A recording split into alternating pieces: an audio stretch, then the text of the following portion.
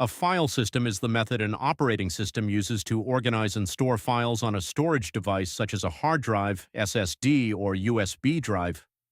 It keeps track of where every file is located and how the data is arranged so the computer can quickly read, write, and manage information. One of the oldest file systems used in Windows is called FAT. It stands for File Allocation Table. The first version was FAT12, released in 1980, and it could only store files smaller than 32 megabytes in size. Anything larger than that, and you were prompted by an error. However, it was enough at that time, but storage devices quickly started becoming larger and more efficient. So, a new version called FAT16 was introduced. This version massively increased the limits. For the first time, computers could use 16 gigabyte hard drives and store individual files larger than 2 gigabytes. Later, FAT32 was introduced, which we still use today.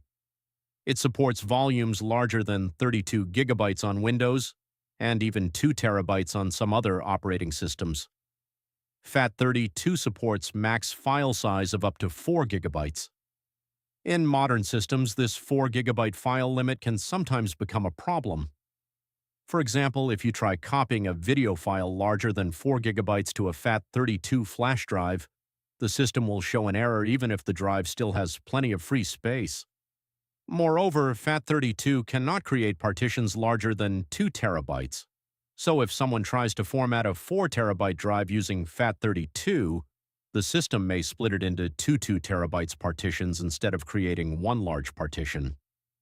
Despite these limitations, FAT32 is still widely used for USB flash drives, memory cards, and some external drives. The main reason is compatibility. Because FAT has existed for such a long time, it works with almost every operating system and device. NTFS stands for New Technology File System. It can support extremely large files and volumes. A single file can be 16 exabytes. For context, 1 exabyte is equal to 1 million terabytes. In other words, file size and volume size is limitless, which remove the biggest restriction of FAT32. NTFS is also a journaling file system. This means it keeps a record of changes being made to the drive. If the computer suddenly crashes or loses power, the system can use that record to recover the file system and reduce the chances of data corruption. NTFS allows the operating system to control who can access certain files or folders. For example, a file can be marked read-only, or access can be restricted to specific users.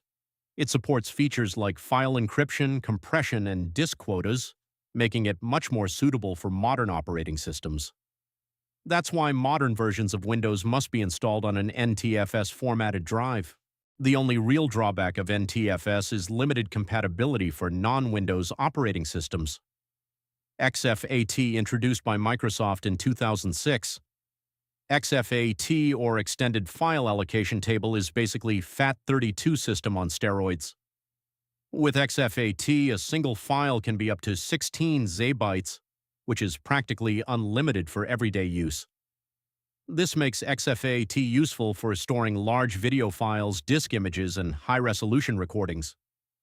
Compared to NTFS, exFAT does not include advanced features like journaling, file permissions, encryption, or disk quotas. But that simplicity also makes it faster and more suitable for portable storage devices. Another advantage of exFAT is compatibility. Modern versions of Windows and Mac OS support it with full read and write access.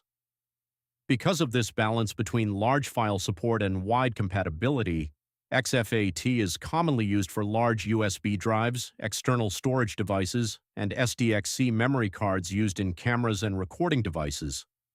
HFS stands for Hierarchical File System. Introduced by Apple in 1985, it was used for early Macintosh computers. HFS allowed files up to 2 gigabytes in size and supported volumes up to 2 terabytes. Later, Apple introduced HFS Plus, also known as Mac OS X Extended. This version increased the storage limit significantly and also added journaling. For many years, HFS Plus remained the main file system used on Mac computers. In 2017, Apple introduced a completely new system called APFS, which stands for Apple File System. It was designed mainly for modern SSDs and flash storage, and includes modern features such as strong encryption, snapshots, and better space management. Today, APFS is the default file system used in modern Mac OS systems. Just like Linux XTs, Apple file systems are not natively supported on Windows, which means a Windows computer normally cannot read an APFS or HFS Plus drive without additional software. Extended File System. It was created for the Linux operating system. Unlike Windows, which mainly uses NTFS, most Linux systems rely on the EXT. X2 was the earliest and efficient file system. However, it was not a journaling file system, which means if the system crashed or lost power, there was a higher chance of file corruption.